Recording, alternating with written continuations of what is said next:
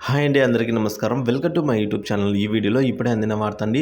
దేశ చరిత్రలోనే మరో సంచలన నిర్ణయం. అదేంటంటే ఈ వీడియోలో తెలుసుకుందాం. సుప్రీంకోర్టు అయితే సంచలన తీర్పు ఇవ్వడం జరిగిందండి. వివరాలు వీడియోలో తెలుసుకుందాం. వీడియో అయితే ఎక్కడగా స్కిప్ చేయకుండా ఎండ్ వరకు చూసినట్లయితే ఇన్ఫర్మేషన్ పూర్తిగా అర్థమవుతుంది.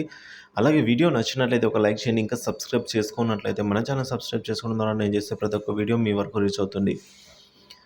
ఎన్నికలను మేము కంట్రోల్ చేయలేం అనైతే సుప్రీంకోర్టు సంచలన వ్యాఖ్యలు చేసింది. ఎందుకు, అసలు ఏ సందర్భంగా ఈ మాట అనవలసి వచ్చిందన్న వివరాల్లోకి వెళ్ళినట్లయితే, వీవీప్యాట్ కేసు విచారణలో భాగంగా సుప్రీంకోర్టు కీలక వ్యాఖ్యలు చేసింది. వీవీప్యాట్ విషయం అండి.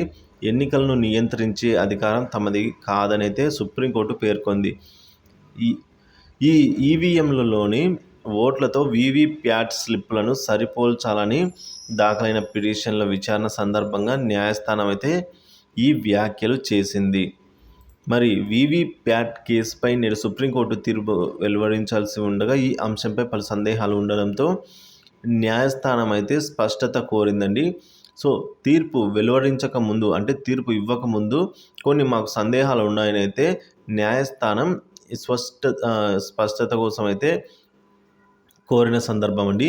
సో ఈ నేపథ్యంలోనే కేంద్ర ఎన్నికల సంఘానికి పలు ప్రశ్నలు అయితే సుప్రీంకోర్టు సంధించింది.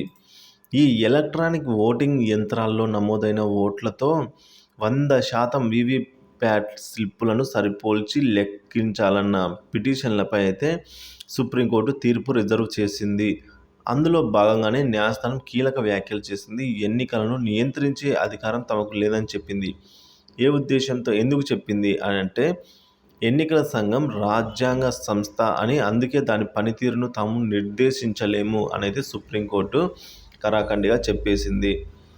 సో ఈవీఎంలో మైక్రో కంట్రోలర్ ఎక్కడ ఉంటుంది, కంట్రోలింగ్ యూనిట్లోనా లేదా వీవీప్యాట్లలోనా అని ఎన్నికల సంఘాన్ని సుప్రీంకోర్టు అయితే ప్రశ్నించింది. ఎన్నికల సంఘాన్ని మైక్రో కంట్రోల్ అనేది ఒకసారి రూపొందించిన ప్రోగ్రామల్ కాదా అని కూడా ఈ తమకు ఈ ప్రశ్నలు అయితే తలెత్తాయని అయితే వీటిని నివృత్తి చేయాలని సుప్రీంకోర్టు కోరగా, సో కోర్టు ఆదేశాల మేరకు ఈసీ అధికారులు న్యాయస్థానం ఎదుట హాజరై విచారణ కూడా ఇచ్చారండి. సో ఎన్నికల సంఘం విచారణ పరిశీలించిన ధర్మాసనం ఈ విధంగా తీర్పు అయితే రిజర్వ్ చేసింది.